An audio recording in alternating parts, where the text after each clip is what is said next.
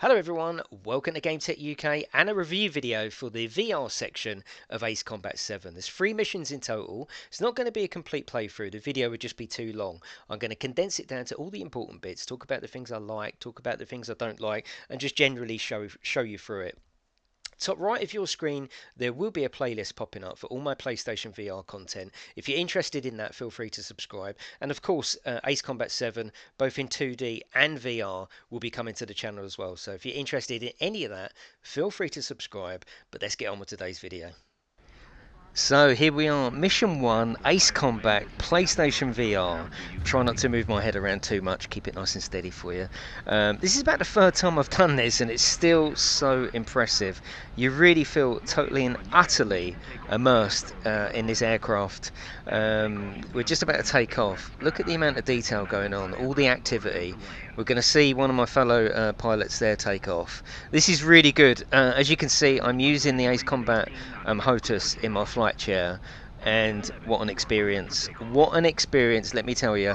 Like I said, this isn't going to be a full playthrough because each mission can last up to about 40 minutes, you know, depending on retries and how you want to do it. I'm just going to give you a basic overall of everything that's going on. Here we go.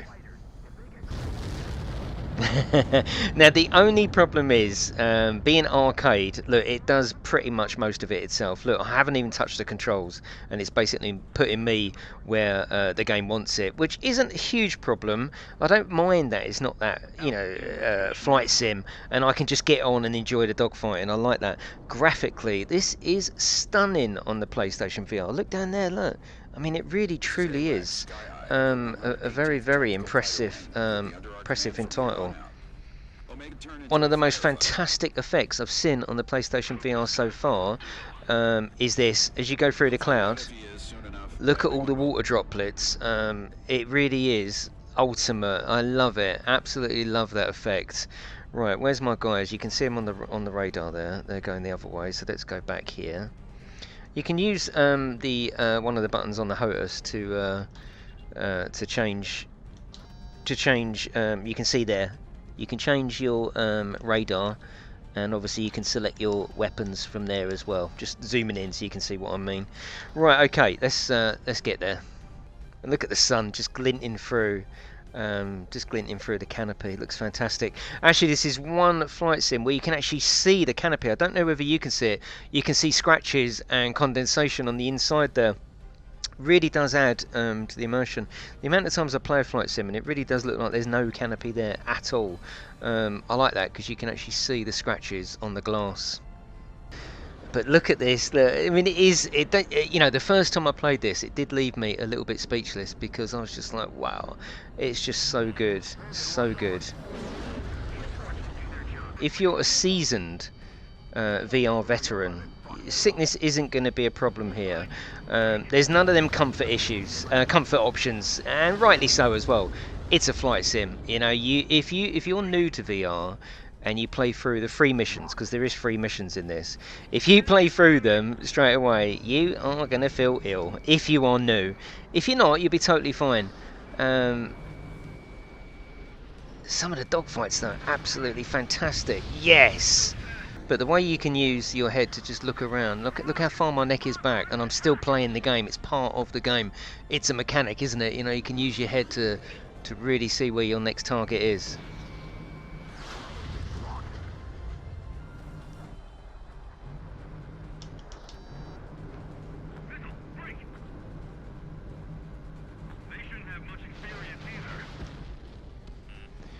So you can do the automatic guided missiles, but it's nice to get them with the machine gun from the front as well. It's quite satisfying. Like, you can send out your missile there. Yeah, got that. Again, to see all that water coming from the cloud. And the detail of the water and the islands and the colours coming through the islands, just fantastic. It really is quite a good mission. This first mission just sets you up in the air. You'll see on a future mission we encounter mountains and normal sort of residential terrain as well, which is probably my favourite in the next mission coming up. This is where the main mission number 1 is based around, is this aircraft, this landing strip there. That's what you're protecting.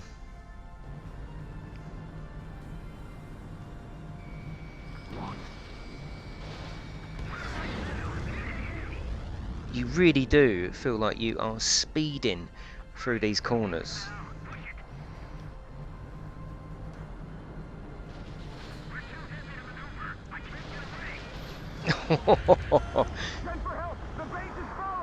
Oh god, the base is falling. And look, you can just look down and it's all there, and the graphics are fantastic. If you've got PlayStation VR, this is a real unique experience actually for any VR player, certainly on the console. Yes, on the PC we've got things like this with DCS, but oh my god, what is he doing?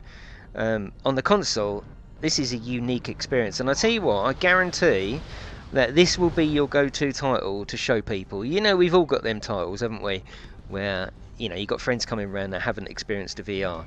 This will be your go-to title to put someone in the and that's why I like the arcade aspect of it as well, to put someone in the cockpit of a fighter jet like this and just go, look, there's the controls, they're fairly easy, go and have a fly around. Now what you'll find with these missions though, they're very wave based, and it's can get a bit annoying, a bit boring even. You know that when you finish one area, that's it, you know the next wave is coming in. Look at this little flyby alert, love it.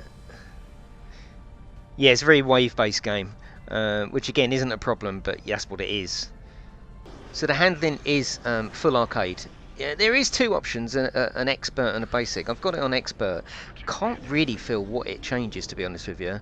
It doesn't make it feel any more simified, but it isn't a flight sim. It's a really cool arcade game, a fighter jet game, and that it does very, very well.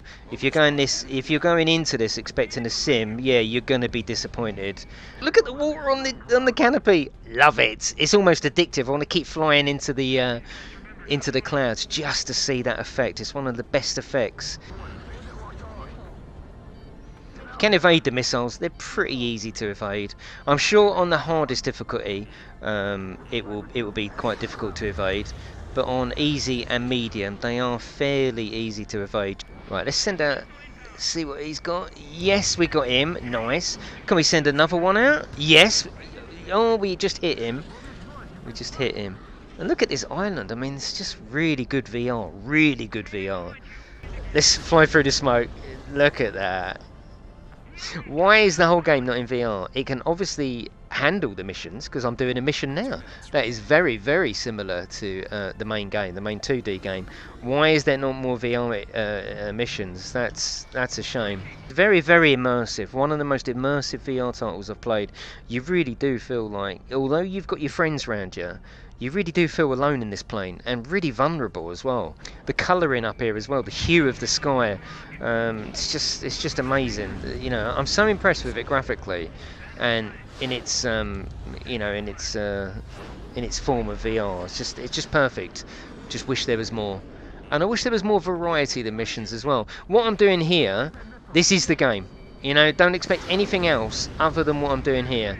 This is the game. If you are watching this with a view to purchasing it just for the VR part, what I'm doing here, this is the game. This is pretty much what you do the entire time. It's just this dogfighting, which isn't a problem just as long as you're aware. This pretty much is the content of the game. But the experience, it's all about the experience, I think, of sitting in this fighter jet. And that part of it, the execution of that, is done so well. The content for me would probably be a little bit lacking long term. Like, this is about the third time I've done all of these missions, and there's not really much apart from that wow factor, which obviously, as you know, VR, you know, the more you do it, you know, you do lose a little bit of that initial wow factor. Apart from coming back for wow factor, I don't think there's much in these VR missions to really pull me back now. After the third time, which is a bit of a shame, and I hope more content comes. Should more content have been in the base game? Yes, 100%. I don't understand why there's so little VR content for a title like this. Yes, got him.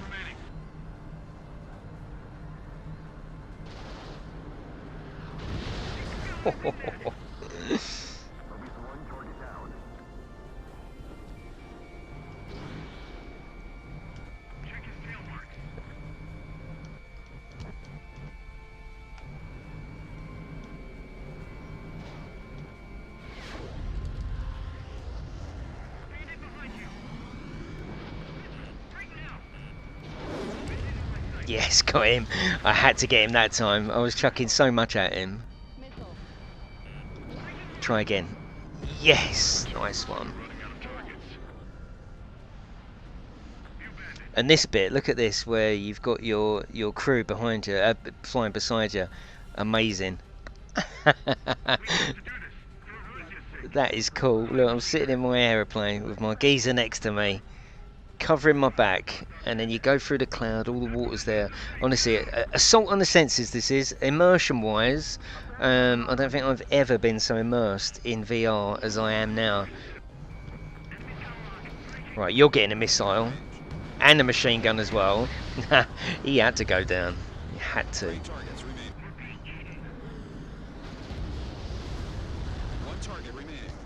So we've got one target remaining. Let's finish him off.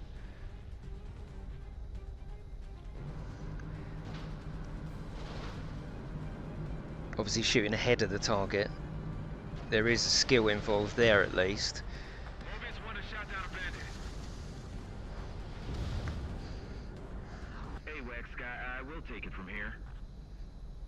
So this is quite a cool section, but again a section that really doesn't involve any skill at all, and it's such a shame. You just fly towards it and slow down. It's as simple as that really. If you miss it, you can do a fly around, but you do... There isn't a huge amount of skill. You point at it, slow down, and that's it, which is it's fantastic, don't get me wrong, but a little bit more skill could have been awesome. So we're starting in the hangar and coming out onto what looks like our airfield that's in absolute tatters. We're being attacked, we've got planes coming in that are damaged. I mean, it looks fantastic. It really, really is. I mean, look at this, look, there's just stuff going on everywhere. But it's scripted, isn't it? We know that. I mean, look, I'm in no danger. I'm not under any danger at all, which is totally fine. But it is quite a scripted start to the mission. But what a great start to the mission! Look at this beast coming in. Look, oh. I mean, that is full size, right up in front of me, and you got all the bits falling. Look, I mean, it's pretty impressive. It really is. It's stuff to look at everywhere. I'm trying not to move my head around because I know obviously it just affects the picture, but it's very cool. Very, very cool. And like I say, although it is a scripted start to the mission, what a way to start a mission. And this is the aircraft that you get if you complete the third mission. You get this aircraft if you want to go do it again. So a little bit of replayability, considering that you get a new plane. Oh my god, this is crashing in front of us. Whoa. So this plane does, I mean, the interiors of the aircraft are second to none. Absolutely second to none. This is the best bit of the game really, is sitting in the aircraft. I must say the HOTAS does work really, really well with this game. I'll put a link to a video above, up to your top right of your screen. I did a review of this HOTAS, and for this game, you can see I'm sitting here in my flight chair. I mean, it's just... It's a great way to play it. It really is. I did have trouble because I did want to see what it felt like with the controller, but with a HOTAS it just feels so natural, you know. This is probably my favourite map, purely because it actually feels like two parts. You've got this bit underneath the clouds, which you'll see in a moment actually, and then obviously, you know, I suppose the clouds are there for a bit of a level design. It feels like you've got two levels almost, because you come up here and you're fighting above the clouds. Let's go down below the clouds. I love this bit. This is Sky Eye. Okay, this is the second part now. The base if we can't detect the enemy. So this is the base that we're protecting. Copy. You are cleared for takeoff. Copy that, tower. And this bit particularly probably is my favourite bit. You're below the clouds now. You're spending most of your time below the clouds. And I mean, you can see as far as the eye can see, really. I mean, it's, you know, and there's no pop-up or anything like that. The ground is really 3D. More 3D than I think I've seen in any flight sim. It's a pretty impressive package, there's no doubt about that.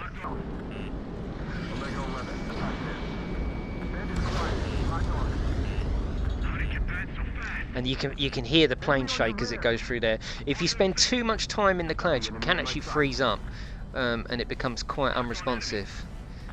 But look, you've got this two-part to the area. You've got the below the clouds and above it, which really does keep that interest going.